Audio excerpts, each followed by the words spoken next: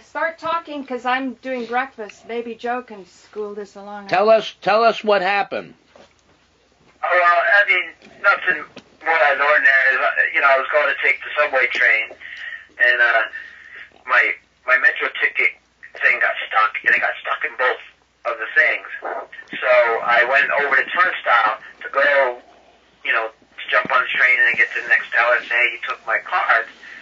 But then there was two police officers came up to me, and then they pulled me aside, and then they said, you know, and they just started searching my bag, and they said, you know, they said, do you have any warrants? I said, no, you know, I don't know, not that I know of. And they said, I explained to them what happened, and they were like, well, all right, if there's no warrants on you, we're going to let you go.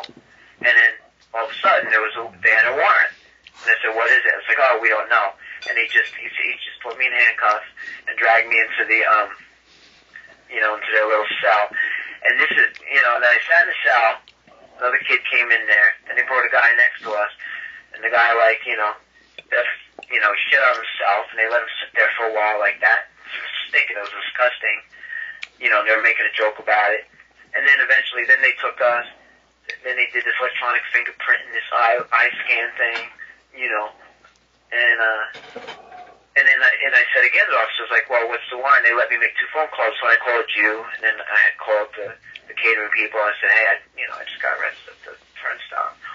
And then they let me make those 2 phone calls, then they took all my stuff, my phone and everything, and then I sat in that cell for a while, and then they put me in cuffs again, and then they brought us downtown. They said, oh, you're going to go downtown, you get to see the judge now. He'll be out in like a couple hours. Like, okay. So I got downtown, and they brought me down to the Tunes, I went downtown to Central Booking, went through that whole thing, and then they put me in the cell, then they threw me in the cell with everybody else. There was a whole bunch of us. The only cells were packed with people, and we just sat there. And I sat there until like fucking 9:30 this morning. You know, they gave us like old cheese sandwiches. There was no place to sleep. Roaches running around everywhere. Which, you know, it's fucking jail. And that was it. We just sat there.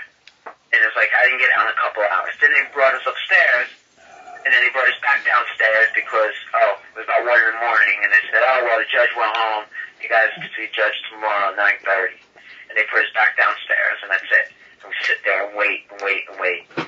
You know, they give you fucking, you know, they give you some cereal with some milk, with no bowl, so you gotta like eat it in the bag, throw the bag away. That's it. No, you know, and you gotta lie on the floor. There's nothing else you can do. So I mean, I sat there and I talked to everybody there. I told them about our website. I said anybody wants to talk about their experience. I gave everybody I happen to have a card on me, so I gave everybody a card with my phone number. Not like some of these guys are gonna call me, but one of them I think might. You know, one guy was in there because remember I told you the bus thing? He didn't have the ticket on the bus, so they arrested him. Another guy was in there because he was playing his radio. This Mexican guy was playing his radio on the subway, and he got arrested. The guy sitting next to me got arrested because he had an open container. He didn't even drink it, and he was stepping off an elevator in a hotel. And then he got arrested. And then there were other people in there, you know, drug charges. Some people were on parole or whatever, and they got arrested for doing something or whatever. Another guy had a DWI. But a lot of people I talked to were in there for like, I don't even know what. You know what I mean? And they had us sitting there for like, you know, a day and a half. You know, treat you like animals.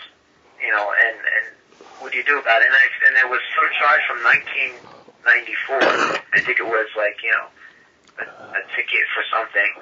And she just threw it out. She was just like, okay, you know, time served, done, you can leave. And that was it. And then I left this morning. You know, it wasn't even like, you know, the phones are broken, so I couldn't make phone calls. Because when the phone's there, it's like, oh, by the way, the phones don't work here.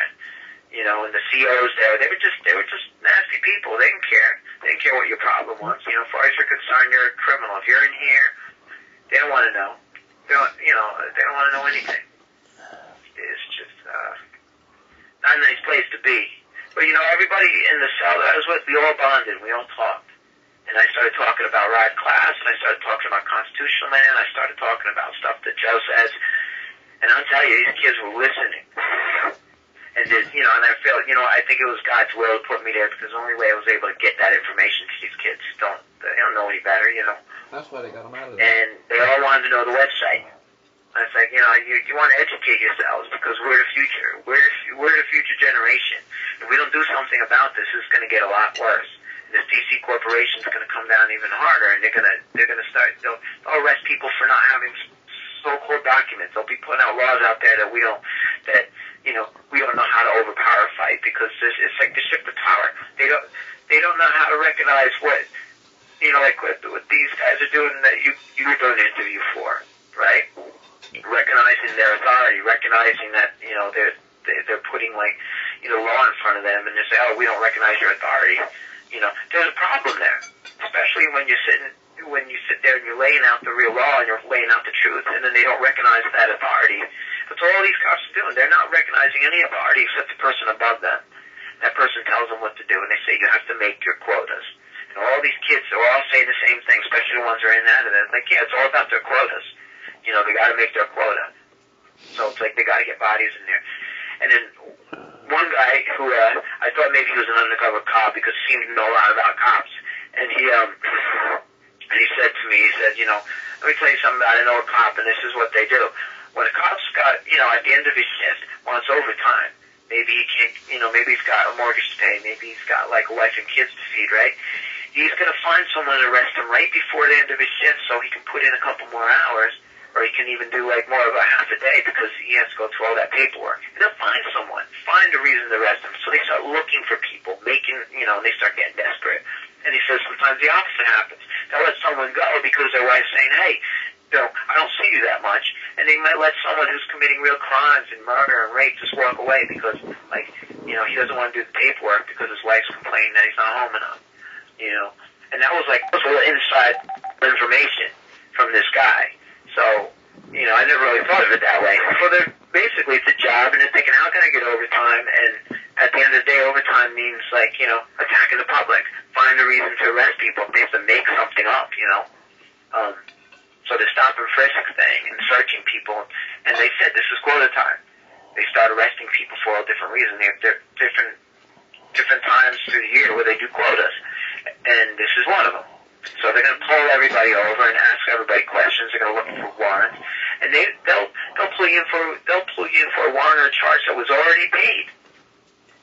Like what they did with JD. They're doing that to everybody. So it's like I don't really know. It's just seeing it from that, from the place that I was sitting in. It's not like I don't know. Do you know what I think the worst thing that happened to you is they got an eye scan of your iris. Now, I've been thinking this through really carefully, why I was so infuriated when they arrested me and I was in that, horrible fort all night long before they dumped us off on the side of the road with no money. We had to hitchhike home. Is when my fingers were on this glass panel to get my fingerprints. They're doing this over and over again, and I just... Boy, did I ever want to destroy that corporation in the District of Columbia. I mean, I sent in destruction energy because I didn't want them to have my intellectual property. That means that if I want to log on to a computer, because forget this password stuff, Earthlink is changing it all the time. They're not providing me with an IP address of who has changed it. So only your iris of your eye and your fingerprints could really identify you as the flesh and blood human being. Now they have captured the most intimate expression of who you are.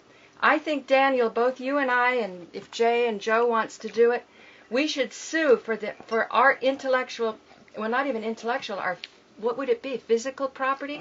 If intellectual property is a creation of the mind, then fingerprints and the eyeball thing, the iris scan, must be a creation of your body.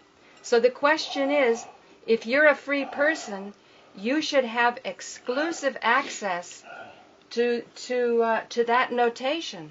Because right now, because they have your eyeball thing, you can't have a secure login with your eyeball or your fingerprint because they've got them. I mean, that's just my thought. Especially not in the future when this stuff, because everything they did was electronic. It was a fingerprinting thing they had there, a electronic fingerprinter. You know? And it was like all on a computer. Because if it's on a computer, not only is it vulnerable to them, it's vulnerable to anybody who can hack into the system and get a hold of it and manipulate it. Because it's on a computer which is connected to the World Wide Web. Let me tell you what I did. I called up the precinct and said, Daniel has a computer that belongs to Paula Gloria and her TV show.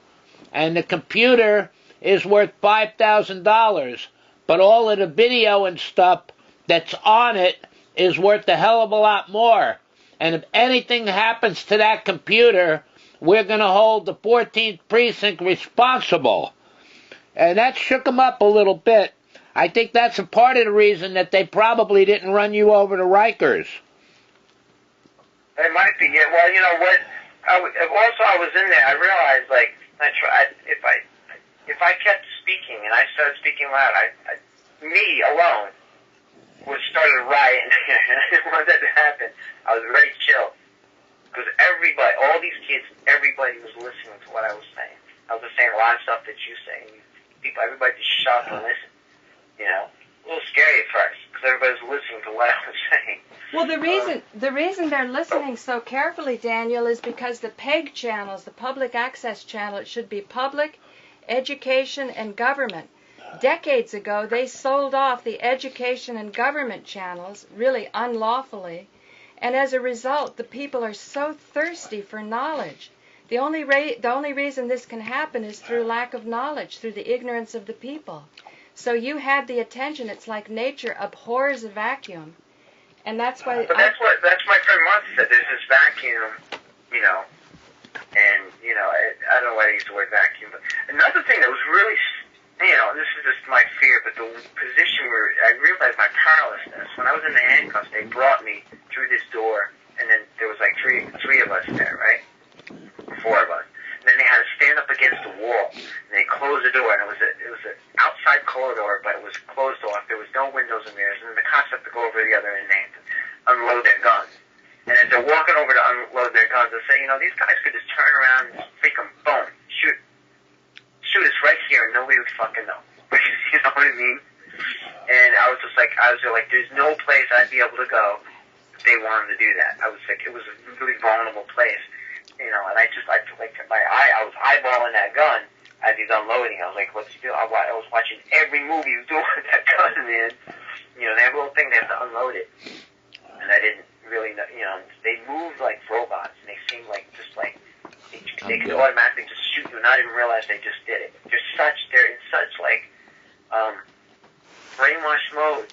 They, like, you know, like, whenever, like, a couple times when they had that kid who was shot, and they shot him 36 times. I'm telling you, these cops don't even know that they unloaded that many bullets. They just don't know it. They're in a blackout.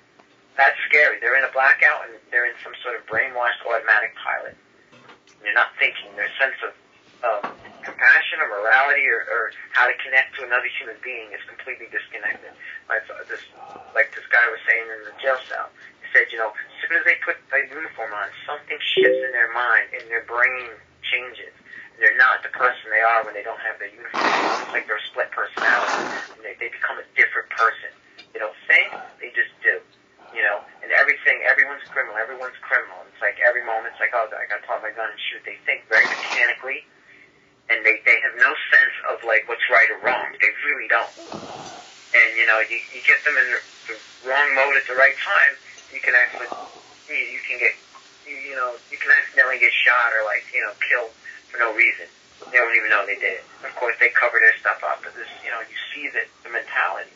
They're being like Judge and Jury right out on the street now. Yeah. Yeah, absolutely. That's what I've said about that. Absolutely. Versus, like, reading, and, you know, I guess reading your rights is just out of style because not one person in that jail cell had their rights read to them, you know? Oh, I said when I went back to the station today, he's like, oh, was this where you're arrested? And I said, oh, I didn't know I was arrested. I know I was put in handcuffs, and I know my liberty was taken away, but I have no idea that I was arrested. He's like, oh, well, if you're in handcuffs, it means you're arrested. I said, well, does it? Does it actually mean I'm arrested if someone puts me in handcuffs? You know, you took my liberty away for a day and a half. You didn't tell me why. You know, no one said I was arrested, and nobody explained to me what the problem was and what crime I had committed.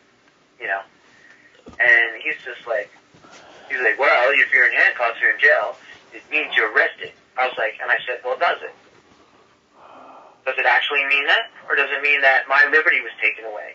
Was I a hostage in the middle of a situation that says, hey, you know, I'm sitting in a jail cell against my will. I didn't have to be here. I didn't volunteer to be here. I was threatened to be here. I was put in handcuffs. Someone with a gun and badge brought me here. I wasn't gonna argue with them, you know, because I'm not gonna argue with someone holding a gun to, you know, who has a gun right there. So my attitude was like I was sitting in there and I was like, I don't know, you know, like what you said. I don't stand under these charges. You know, I went upstairs. And they didn't even ask, like, it wasn't even one of those things. They didn't even say a word to me. She just said, okay, this is your ticket. Okay, dismissed. And then I walked out. And went the other direction, I don't know what I would have said.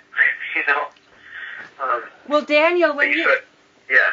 When you hear the tapes of what happened from this end, because they said the arresting officer would call us.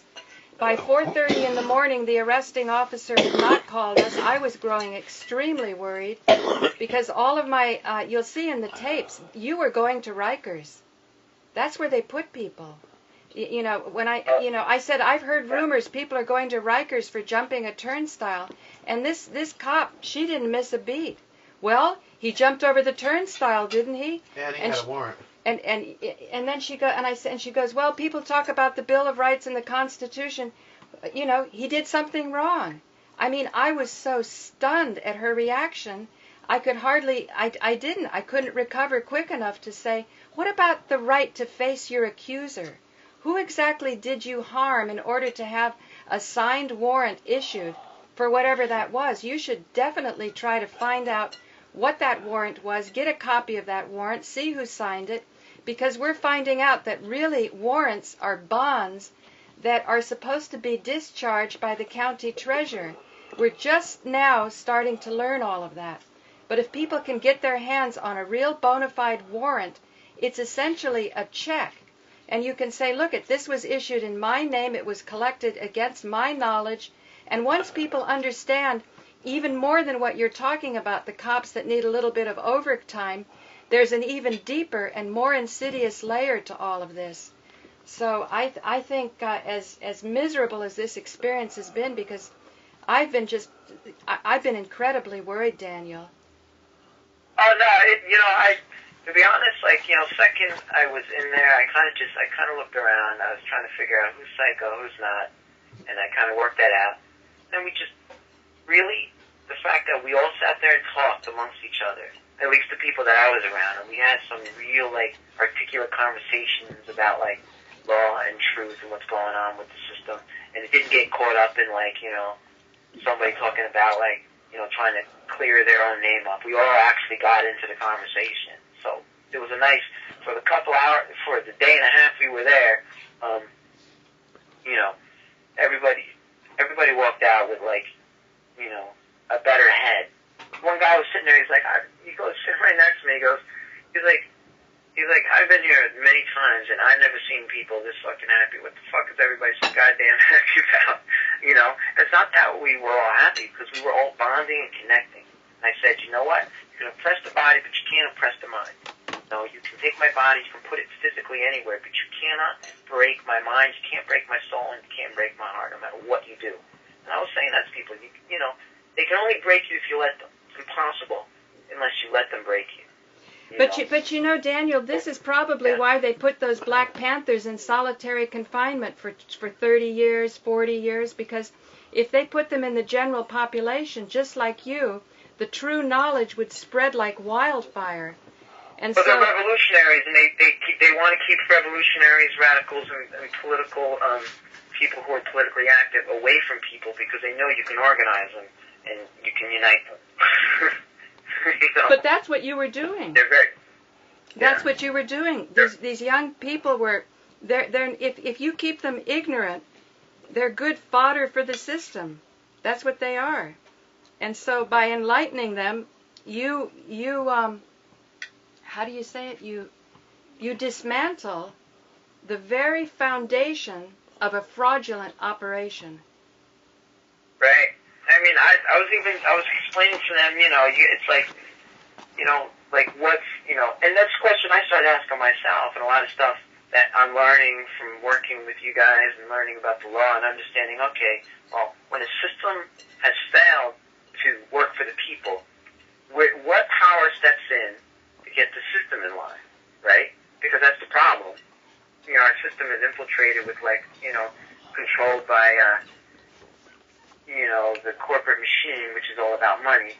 So capitalism has entered our judicial system, and everything's about money. Oh, you're going to pay this fine, or you're going to do this time, versus okay, law, freedom, justice, law, and order, where's state justice? Where's the justice of liberty?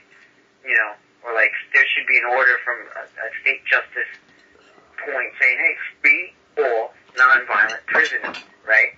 And that order should be coming from the governor. The governor should be enforcing state justice, and the senators should be making sure that all is working down. And see, corruption goes from the top all the way down, because if these people were doing what they were supposed to, nonviolent prisoners would be released immediately.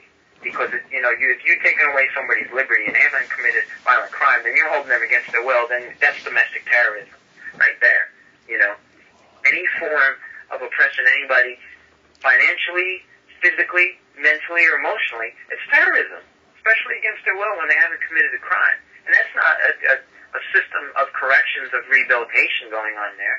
That's a system of, there's no correction or rehabilitating going on there. It's just just a holding cell to just rack up some bodies, and then tally up how much we made at the end of the day, how many bodies we get in here, you're it's rounding up all the cattle, and it's how many cattle we have, this is how much this is worth. That's how they're looking at it. Well, when I talked to them about, I tried to stay on the computer thing to make them know that you had people out here that were heavyweights. We told them, look, this is Miss Paula Gloria, who's has a TV show, and Daniel works for her, and he's got stuff from her shows on there, and that stuff is very valuable. And if you guys lose that computer or any damage happens to that computer, we're going to hold you, the 14th Precinct, responsible. I think that shook them up a bit, because they don't like to be held responsible. And if they thought, I said the computer costs $5,000, and the material on it is much more, right? So I think that at that point in time, they knew you were connected with media, and and your computer was valuable, and if anything happened to it, they'd have to explain it. So I think that was part of the reason. Instead of shipping you over to Rikers, which they do a lot, they kept you local and let you out. If you'd have been some poor black kid with no backing, they would have shipped you right over to Rikers. Oh yeah, I listened to these two black kids that came in there. I said, "What you get in for?" They go, "They just arrested me because they said I fit some description." I was like, "Really?" Like, yep. The kid just acted like, "Hey, it's happening to me all the time." Oh man. Yeah, it's a shame. He's like, "Nope." It's a shame what they do to these black kids. These black kids are uneducated to anything about the law. They make sure of that. They keep them from knowing their rights, and then they just fuck them around. And after a while, the kids think this is the way life is. It's a real shame what they do with black people. Right.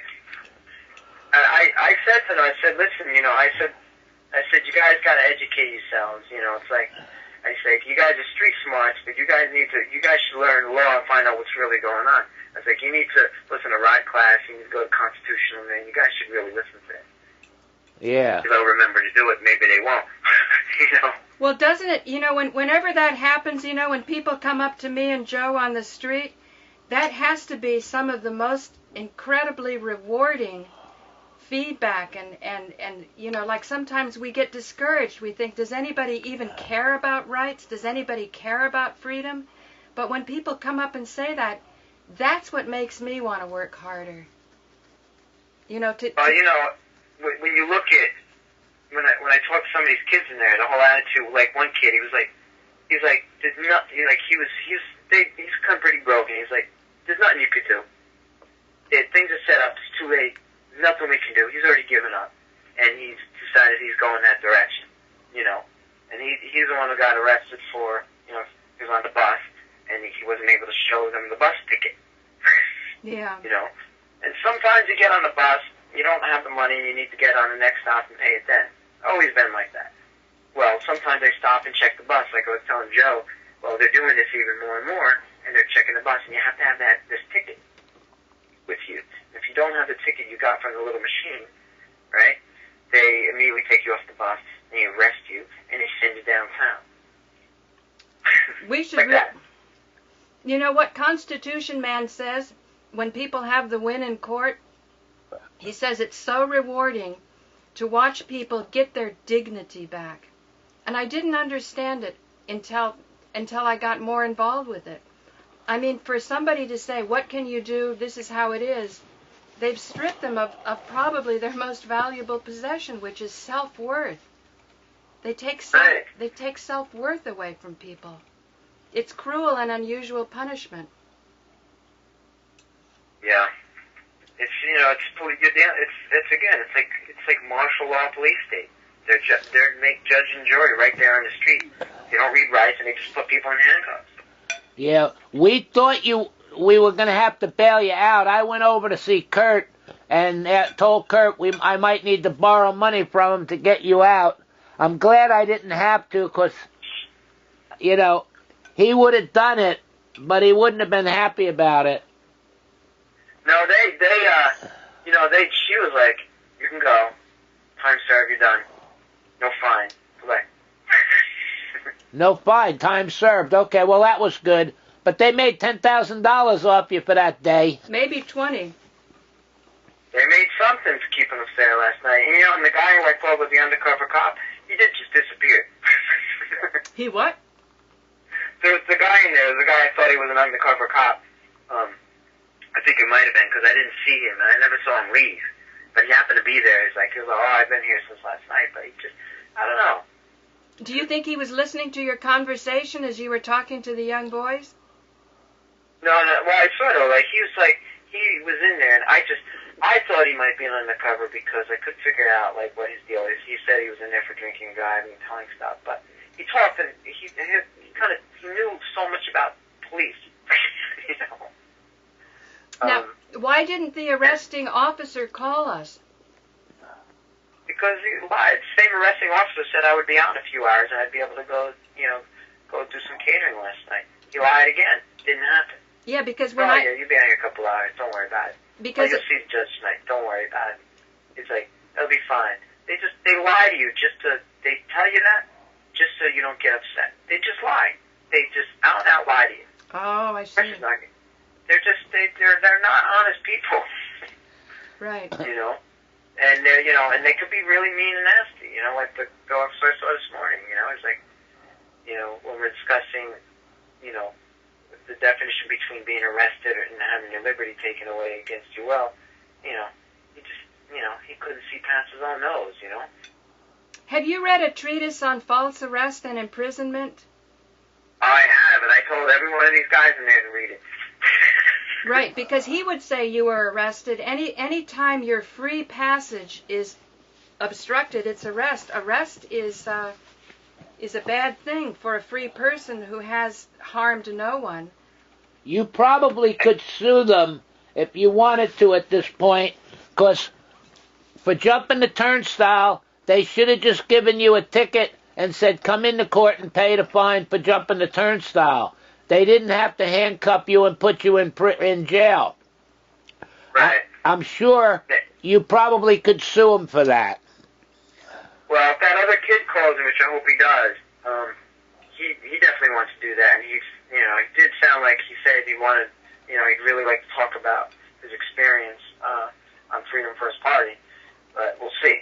He might have forgot already. Because I told him to text me when he gets to his phone, but he may be fighting to get his stuff. Who knows where he was? I mean, if you got to, run around to go get your jacket and your bag and your stuff. But like I say, is you had people here on the outside, and I made it evident that I was recording everything, and I said I hope they were recording too, because we know that we're proceeding lawfully. We have nothing to hide. What do they have to hide? So if they take those tapes that they've recorded from their side, they can't change them. We've got the evidence. I've got the lie. When at 4:30 in the morning, I said, please, I want to know where he is. She said central booking at 100 Center Street, but she wouldn't give me the telephone number. And she said, we just have to wait until he calls us. Right, but then I couldn't call you because they were like, oh, the phones are broken, sorry. No, of course not. I understand that. But like Joe said, what about the poor black kids who are so preyed upon and who don't know this? And who's looking out after them? They've got the people's lawyer, Lynn Stewart. She's in prison. She was known. When people like her, can function, then we can get a little semblance of productivity and everything, peace, justice, and the American way. Most of the poor black kids in there, their attitude was like, hey, I'm black. That's why I'm here. I mean, they're very much like, we're profiled. We're always profiled, And he's like, he goes to me, he's like, no offense to you. But, it's the white man that oppresses us, puts us here, and just because I'm black. I didn't do anything wrong, but I fit a profile. Well, I sure hope they call you, Daniel. I mean, we don't have text. We don't know how to text on a phone. Yeah. Oh, yeah, no, they did have me go, they had me go through the metal detector once, but then once, after I got through it once, but they made me put all my medals and belongings out in the box that they took around the side on a table. And then I walked through the metal detector, and then the only thing they made me put through the conveyor belt were my shoes. That was it. I didn't have to put anything else through it, so... How about the computer? Oh, the computer's fine. I didn't, No, where did it go? Everything went to District 1, which was over by 59th Street, over where M&N is. So you had to go up to District 1 to get the computer? Yeah, and I went there, and, I checked, everything was fine. All my clothes were in there. And I don't usually, bring all this stuff with me anyway. Today I was in the rush. I was going to be on the train, so I was supposed to go on the train and jump on the Metro North, and people were waiting for me in the taxi, Oh, really? And I had called up Mark from the job, and I told him what happened. He was like, he understood. He was fine. He was like, yeah, well, as long as you're okay, Right. So everybody across the board knows. I talked to my friend Martha, and she was furious. Everybody across the board knows that, there's something wrong. People are awake, but they're afraid. They're afraid of the police. They're afraid if I speak up to a cop, I'm going to get arrested and have to go through that. Right. Right. Well, at first I was skeptical about, how effective, Joe threatening about the computer. But then when they said that policemen steal things, right? How did you say that, Joe? Or Jay? They make things disappear. Yeah, if things disappear, then the fourth transit. What was it? You were at the Fourth Transit Authority. When I looked at that, it's not really police that takes an oath of office. That's why she was sort of fussy about the Bill of Rights and the Constitution.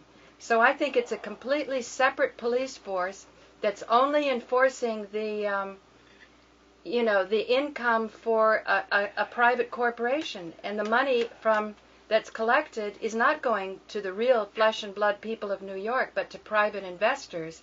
And I bet a lot of the cost, a lot of the cost is to pay policemen. So we could probably cut the fare down 5 times if you just took the weight of having to support all these police. They're really not police. They're more like security guards. The regular police swear an oath to protect and defend the Constitution. These guys are like private security guards. They're not real police.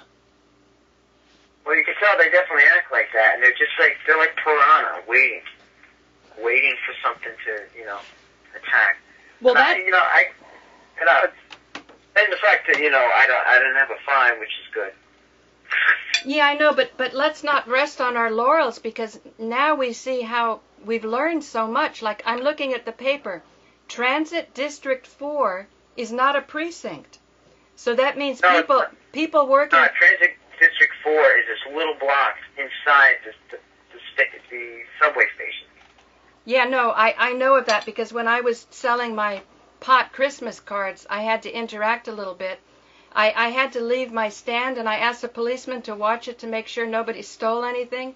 And he was so offended. He goes, well, I'm not here to protect your stuff. And I said, well, like, what are you here for? I'm saying if there's any thieves coming along, it'll just be a minute. I'm going to dodge around here and there. And they so resented that. They absolutely resented the thought that they were supposed to protect, free people's property. They thought that wasn't part of their job. Yeah, they told me to go. These guys, to them, it's a big game of cop and robbers. If I don't get to play with my gun and my badge and my handcuffs, I'm very unhappy. They're like, it's literally like they act like it's cops and robbers. And if watching somebody's property, well, that's not fun. That's not playing cops and robbers. I want to put someone in handcuffs. I want to stick a gun in somebody's head. I want to arrest somebody. They also get on that little vibe, They get so excited when they get to put handcuffs. This guy was in his glory because he could put handcuffs on me. He felt like, I don't know, you could just sense it. It was just like he was getting. I know what you mean, Daniel. Many times at the Supreme Court, you can just see their little fingers, going around the handcuffs, just ready to slap them on your wrists. But then I just fire back because I know the law. And then their superior comes. Like, you should hear what we've been through with the common law grand jury. I think there was one point when I was doing all my thing with the camera, and the more peaceful, more articulate, less jumpy captain comes over. But eventually, I told him when I picked up my camera to leave, because they never let you take it through, I said, do you realize that you are harming the people that are working for you because you're condoning them taking free speech away? And he goes, I'm only protecting myself. Right? Joe witnessed that conversation. That's what he said? Yeah. Yeah. Wow. And Joe said, if we'd had more presence of mind, we would have said, aren't you supposed to protect them? Right. Don't you honor the Constitution and the Bill of Rights? Aren't you supposed to protect people's rights? They don't want to hear that. They don't want to think that. They don't reckon. I noticed the cops down in the down by the tombs in that area. They were like, you know what? They seemed like they had they all acted like they had like a third grade education, where they talked, where they walked. And I'm not saying school education. I'm saying like they didn't know anything. They just know you could barely understand what they're saying, and they just sounded very like. They didn't know. They you could tell they don't know the law at all. Yeah. Well, they don't want them. Knows how to put handcuffs on you. They don't want them to know the law. They want them to follow orders. If they knew the law, they'd know the orders that they're told to follow are illegal. That's why up until the time I talked to the head captain guy, you could see these guys were completely confident about what they were doing. But when the captain turned his back on me and couldn't answer me, you could see I had really shaken their confidence in what they were doing. And that's what I was trying to do. I was just trying to get them to start thinking. I feel sorry for people who have a third grade, education. I mean... Mentality. Mentality.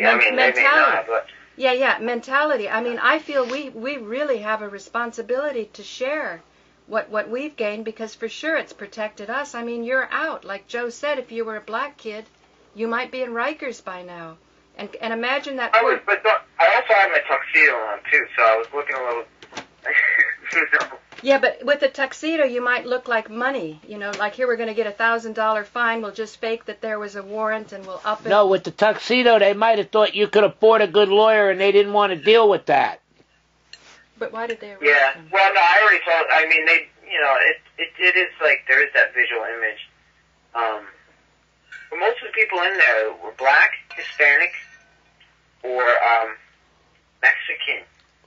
Yeah, the whole thing they're doing is definitely racist. There's no doubt about it. You know, once in a while a white person falls into it, but most of it, that's what they target. And the reason they target it is because they know most young black kids and Hispanics don't know the law, so when the cops violate them, the kids don't even know they're being violated. They do know they're being wronged, but they can't articulate, this is a crime against me, what you're doing.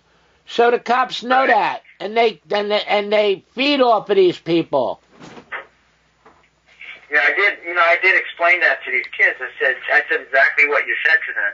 I said, you know, if you start studying and learning the law, and you go and look on documents that we're building on this site, you know, you really should learn that stuff. And you see documents you need, print them out and keep them in your pocket. You know? Yeah. Have them on you. Like, hey, you know, I don't have to show you my ID, but I can show you my rights in the law, and you can read it yourself. But you know, Daniel,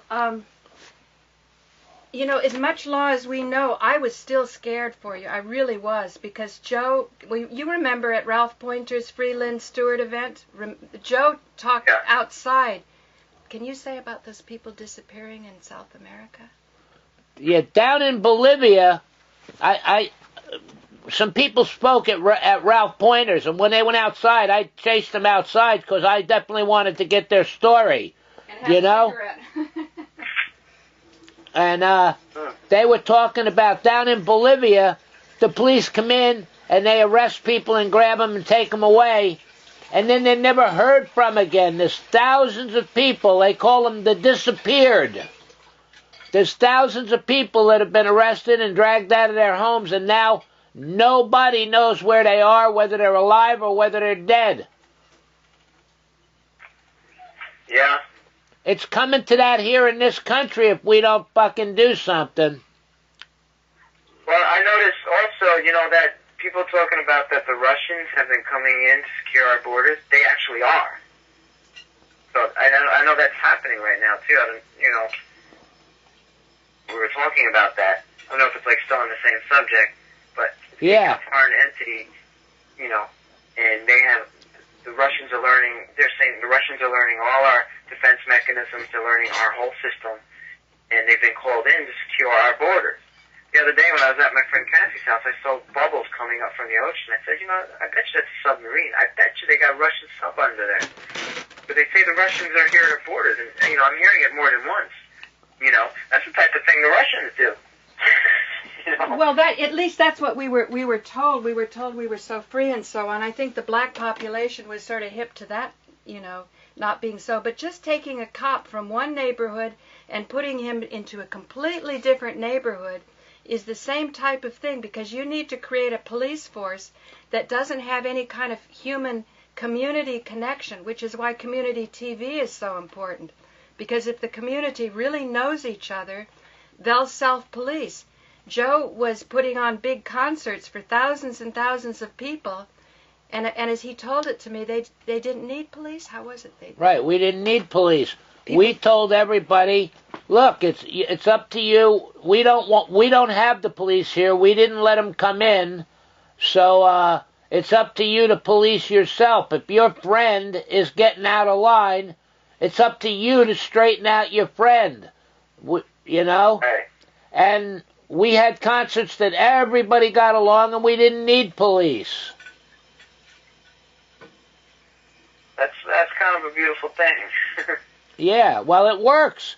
The people will police themselves, you know? I find I agree. I think when any situation where when we're policing ourselves, there's less incidents. I always find there's more problems when there's police around. Yep. problem happens when the police are around. Yeah, they provoke it. Again, follow the money. They're very much, yeah, they are kind of like, they're big bullies, you know. They are nothing but like almost like a motorcycle gang sometimes. No, they're worse than a motorcycle gang. I got along with the motorcycle gangs. I don't get along with the police. No, and I realized, like, there was nothing I could say to these police where you can understand the word I'm saying, you know. Well, they don't want to. They can't hear you. Right. Just like, you gotta, like, how you break through that and get down to who they are. Like I said, they put on the uniform and they have this mask. It's like a mask they wear, you know. And they give out, like, one guy in there, they thought he was smoking. Stupid little things, and he wasn't. They just, because he was, like, wasn't facing their direction, they decided to blame him. And he started fighting with them, with the CO. I thought they were getting a fist fight, you know? And the CO was getting really angry, and he was like, he had his fist, he was like, I thought he was going to take this guy and beat him down, because you know what? They can get away with that in there, too, you know? Yeah. Pull you out in some cell, beat you down, you know? That can happen. You can disappear in that system, especially in New York one. You know. That's why we want to look more into what's going on in Bolivia, because we really believe, as we learn more, we'll find out how it degenerated, and we have a feeling we're a lot closer to that than we would like to believe. Well, we are. It's like, yeah, we are heading that direction. You know. Just like when I was standing in that lineup, I said, hey, these cops could just turn around and shoot all of us. It was just a bad position, the way they made us stand, like, across from them. It just, you felt like you were getting lined up for an assassination. It just had that setting. Ooh, you know? How awful. And I was like, I see open door, I'm going right through it. I'm going to stand here, man. Did that ever happen to you? That was a little scary. But, I was like, it's the fact that there's no trust, you know? You don't know, once you're in the handcuffs, the authority you're dealing with can do anything. Well, that's what I mean when you say that there's no trust. If you feel that there's a Constitution and a Bill of Rights hovering around, then you feel you will be able to get out of this with due process. But I just wanted to be careful about, with the Russians, because what we want to create is worldwide harmony. It's not about the Russians in the border. It's just about the whole way of social engineering and how people are divided. That's the way you put that. That's a perfect statement, you know. Exactly the way you said that, quote unquote. That's like, we should post that on the website, what you just said. I forgot what I just said, but my point is to stop world war. As long as you're recording it. No, I'm teasing, but I'm saying that my point is ultimately what we want to do is stop war. We don't want to see ourselves as Russians and, Americans and Africans. Oh, yeah, stopping war, we also have to stop this domestic terrorist war. We have to stop the war that we're having with the police department on local level. Yeah, so again, whether it's Chinese or Russians coming in, it's still the same problem.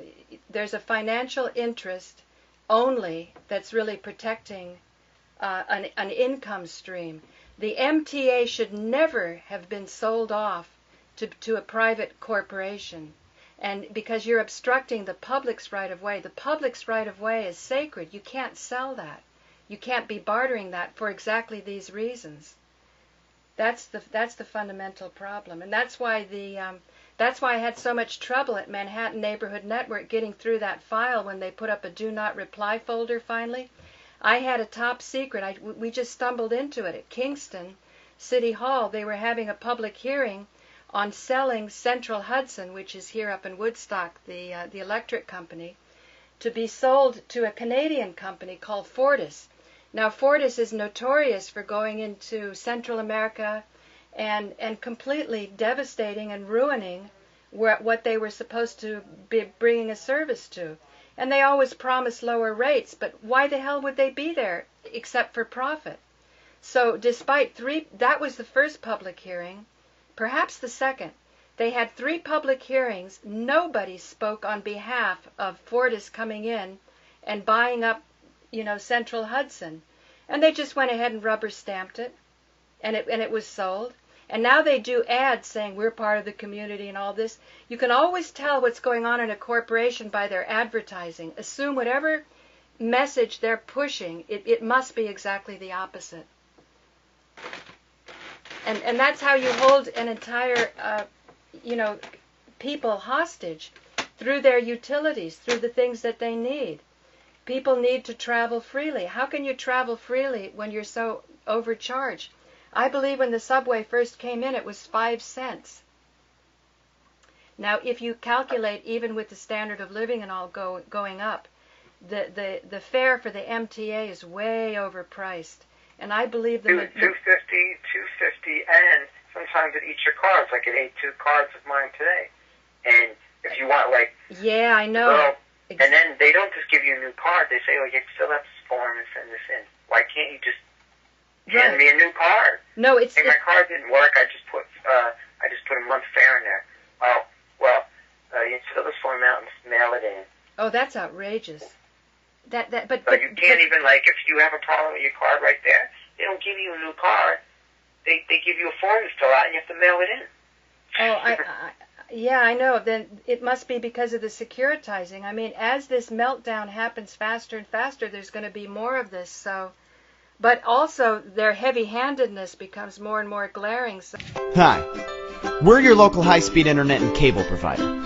Are you looking for a fast, reliable internet connection?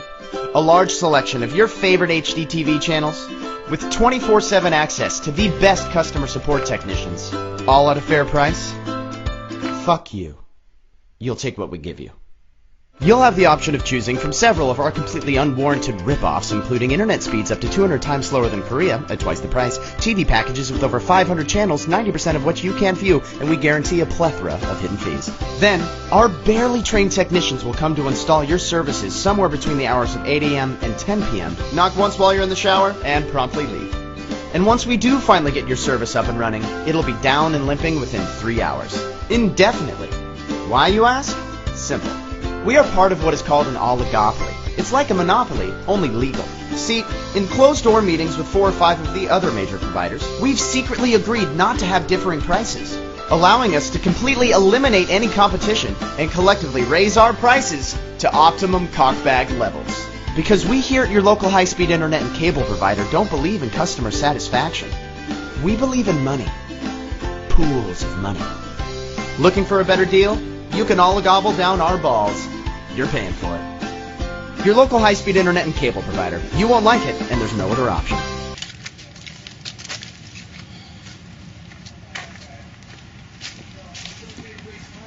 My life and my energy, okay? And you can go and disconnect my cable line. Hey, hang on. What's going on here? I want to make sure no smart meters are going up. Okay. No, it's not smart meters. No? What's going on? Cable again. Cable. Oh, okay. Could I have your badge number? I'm worried about IP address discrimination. Could I please see your badge? I only disconnect the cable. I don't hook Can you them up. just turn this over? Why? I want to know who you are. I'm from Time Warner. And you Is have that a your badge apartment? on you? No, I'm right next door. All right, well, I didn't And I'm touch you, very, is it? very concerned. All I want is your badge. I don't have to show it to you. I didn't do You nothing don't in have your to show it to apartment. me? You don't have to show it to me? I didn't do nothing in How your do I apartment. know who you are? How do I know you're not just somebody running around with the shirt that says Time Warner? That's all I'm asking. Okay, let me put it on camera. Thank you. Can I put it on camera? No. Why can't I put it on camera? Why do you need my picture? I don't know. I don't know. Now I really want to know why you don't want to show it. Now I'm going to have to see where you're going, where you've come from. Okay, now you're coming out in a car like this? And you won't show me your badge? Now I got it all now. Hey, take my license. Okay, thank you very much.